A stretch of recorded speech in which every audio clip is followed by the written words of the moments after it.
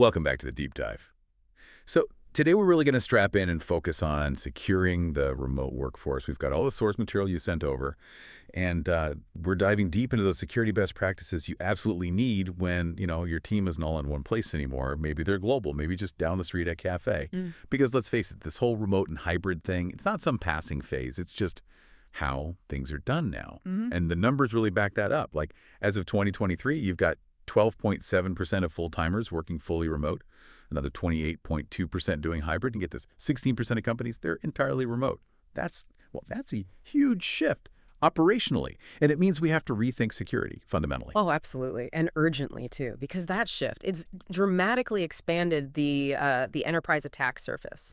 The old castle and moat idea, Great. where you defend the perimeter. It just doesn't work anymore. Not when you have sensitive company data being accessed on personal laptops, maybe over someone's home Wi-Fi, connecting to cloud apps. Those traditional defenses, they're frankly pretty inadequate now. Right, that's the crux of it, isn't it? The corporate firewall, the one we used to rely on, it's suddenly kind of irrelevant for a lot of day-to-day work.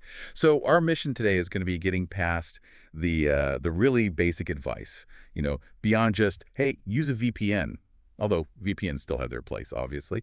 But we want to give you a clear, actionable roadmap, look at the specific threats popping up, and importantly, the multi-layered solutions you need for real protection. Okay, let's unpack this. Right. So to start, we really need to understand how the threat landscape itself has changed, specifically because of this distributed workforce. We can sort of break down the new risks into maybe three main buckets: physical, social, and network risks. Let's maybe start with one that people sometimes forget about now: physical threats. Yeah, physical security. I admit, when I think cyber risk, my mind doesn't immediately go there. It feels almost, low tech. But you're right, that laptop left open on the kitchen counter, or maybe even printed confidential papers, that's a huge vulnerability. It really is. And it's getting more sophisticated than just, accidentally leaving a device behind at a coffee shop. Because the hardware itself can contain access tokens, sensitive data. The sources are actually showing a rise in targeted, organized theft. Think about attackers using location tracking, maybe following employees home to steal corporate gear right out of their cars, or even mailrooms. They might even be after access badges, which give physical and digital access. Wow, okay, that's pretty intense. So physical security policy isn't just for the office anymore. It needs to extend right into the home. But all right, if physical risks are evolving, I imagine social engineering has just exploded in this environment. Exploded is the right word. The biggest surge we're seeing is definitely in social engineering, but we're talking way beyond basic spam. We all know the terms, right? Phishing through email, phishing over the phone, or maybe even deepfake voicemails now, and smishing via SMS texts. But what's really critical is how attackers are weaponizing the very tools remote teams rely on to stay connected. I mean, it's not just generic emails hitting the inbox anymore. Exactly. They're exploiting the trust that exists within internal comms. So we're seeing attacks where malware links get dropped right into corporate Slack channels or Teams messages. They use compromised employee accounts so the message looks completely legitimate coming from a colleague. And remote workers are, frankly, more vulnerable because so much of their normal interaction already happens over these channels. It blurs the line. That blurring makes it incredibly hard to spot. And here's where it gets really interesting.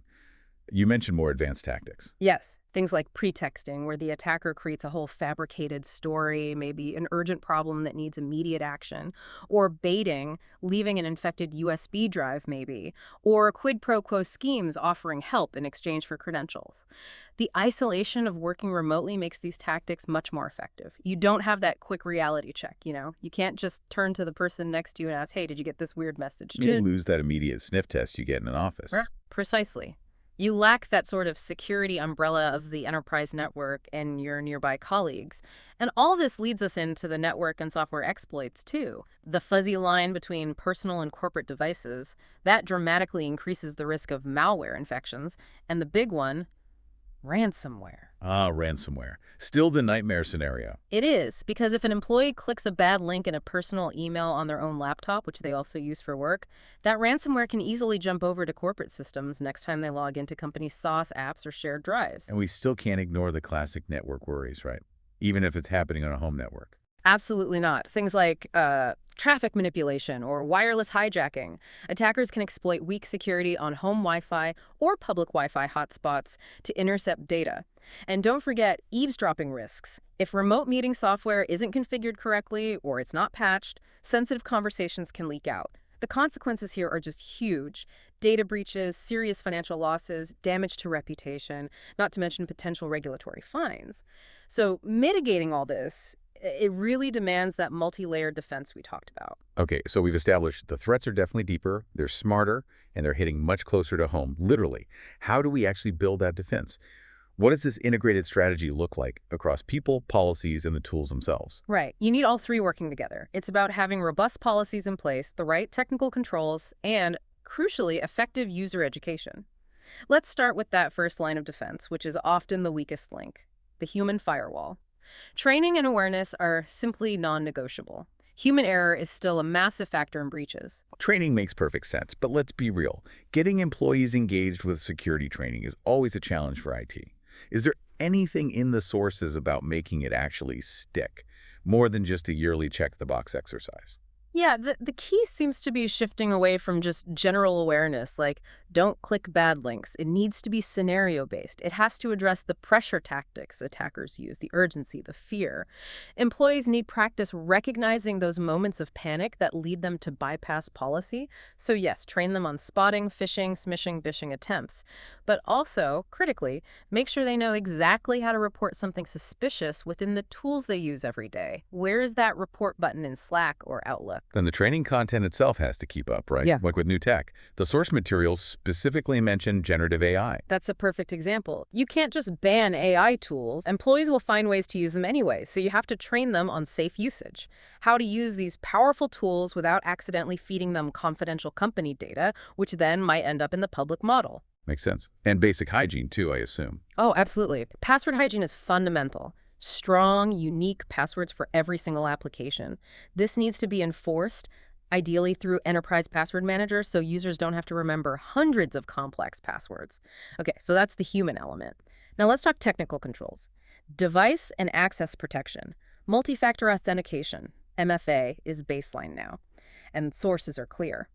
Don't just use it for a few critical apps. It needs to be broad, across the organization. Right. Broad MFA and pairing that with role-based access control, least privilege. Exactly. Least privilege is key. You limit what any single user can access to, only what they absolutely need for their job. So if an account does get compromised, the potential damage, the blast radius, is severely limited. This all sounds like it leads into that big concept, zero trust. It really does. Zero trust is essentially the replacement for the old perimeter model. It flips the script. Instead of assuming trust once someone is inside the network, zero trust means you continually verify trust every single time, regardless of where the user is or if they logged in successfully 5 minutes ago. Can you give us a quick analogy? Zero trust gets thrown around a lot, but sometimes it feels a bit abstract. Sure. Think of the old way, perimeter security, like getting past the bouncer at a club. Once you're in, you're generally trusted to go anywhere inside. Zero trust. That's more like airport security. Every time you want to go through a new gate, access a specific application or data set, you had to show your boarding pass and get screened again. Your identity is checked, and your baggage, meaning your device's security posture, is inspected every single time. Okay, that constant re-verification, that makes sense for a world without clear boundaries. And on the data side itself, we need data loss prevention, DLP. Yes. DLP tools are critical. They monitor for and can block attempts to copy, download, upload, or send sensitive data where it shouldn't go. Think preventing someone from emailing a customer list to their personal Gmail. And a huge best practice here, especially for remote work, is really pushing to get data off local devices. Shift from storing files on the laptop's hard drive to using secured, managed cloud repositories like OneDrive or Google Workspace with the right controls. It drastically cuts down on data sprawl, sensitive files scattered everywhere, and gives you a central, secure place to manage and protect it no matter where the employee is accessing it from. Right, centralize the data. And then tying all these controls together, you mentioned device posture. Device posture assessment, yeah. This is the part that checks if the device itself is healthy and secure enough to be allowed access. It needs to be continuous monitoring. So the system automatically checks. Is the operating system up to date? Is the endpoint protection running and updated? Is the disk encrypted? And this check happens before access is granted. If a device fails any check, maybe the user disabled their antivirus access, gets instantly blocked, and IT gets an alert. This is really the engine that enforces that never trust, always verify principle of zero trust. That continuous checking. Okay, I see how that enforces zero trust. But it immediately brings up probably the biggest headache for IT right now, BYOD. Bring your own device. How on earth do you implement all this constant monitoring and control on someone's personal phone or laptop without massive privacy issues, without seeing their personal photos or messages? That is the crucial policy and technology challenge. And this is where things like mobile device management, MDM, combined with really clear policies become essential. Good MDM solutions allow for containerization. Think of it like creating a secure work bubble on the personal device. IT manages everything inside that bubble, the work apps, the data, the security controls. They can enforce policies, like requiring a passcode, and they can remotely wipe only that work container if the device is lost or the employee leaves. And critically, IT typically has zero visibility into anything outside that container, personal apps, photos, texts. It respects privacy while securing the corporate assets. So you need clear, well-communicated BYOD policies plus the MDM tech to enforce that separation. Okay, so containerization helps with privacy. But even with MDM, trying to bolt all these traditional security layers onto a personal device, Sure. it still sounds like it could create a lot of friction for the user, right? Multiple agents, prompts. You've hit on exactly why the approach is evolving. That friction and the inherent difficulty of truly securing an unmanaged personal device with traditional tools, it created a gap. And this brings us to, I think, a really interesting development, the enterprise browser. What's fascinating here is this technology is specifically designed to fill that critical gap. Hold on, an enterprise browser. So we're shifting the security focus away from the device or the network and onto the browser itself. That feels like a pretty fundamental change. Why now? Because for most remote workers today, the browser is their primary work interface. It's how they access almost everything. SaaS applications like Salesforce or Office 365, internal web apps, collaboration tools, you name it.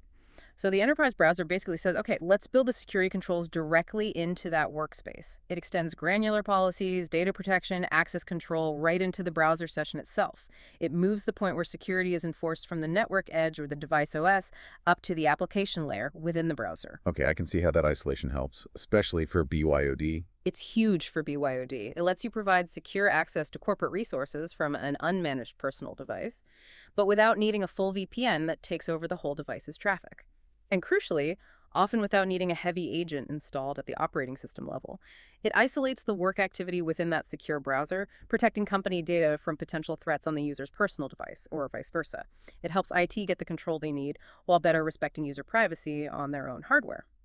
And you mentioned friction earlier. Does this help with that complex tangle of security tools? That's one of the main value propositions, yes. Think about the traditional stack. Maybe a separate VPN client, a password manager tool, endpoint security software, maybe DLP agents, specific zero-trust network access connectors. It gets complicated fast. Enterprise browsers aim to consolidate many of these functions. They can handle secure access, enforce MFA, manage passwords or integrate with managers, apply DLP rules to web uploads or copy-paste, all within that single browser platform. For IT, it simplifies management. For the user, it means a potentially much smoother, less intrusive experience. And I imagine it offers better visibility too, especially into things like shadow IT. Exactly. Because all the work web activities happening within this managed browser environment, you get much richer audit logs and visibility. You can see who is accessing which SaaS applications, monitor for risky behavior, enforce compliance policies directly on web interactions. It helps turn shadow IT employees using unauthorized cloud apps from this invisible wrist into something IT can actually see and manage, maybe even embrace safely. Okay, this is pulling together nicely. So what does this all mean? If we boil it down, the core takeaway seems pretty clear. Securing remote work isn't about finding one silver bullet. It's really an integrated strategy, isn't it? You need those three pieces working together.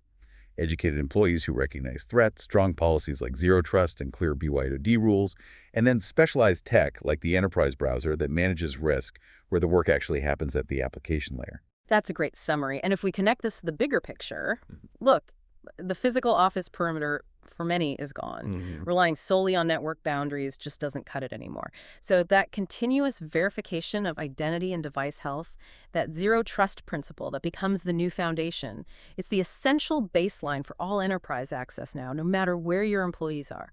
We fundamentally shifted from trust but verify to never trust, always verify. A really crucial shift in thinking. A perfect place to wrap up our deep dive for today.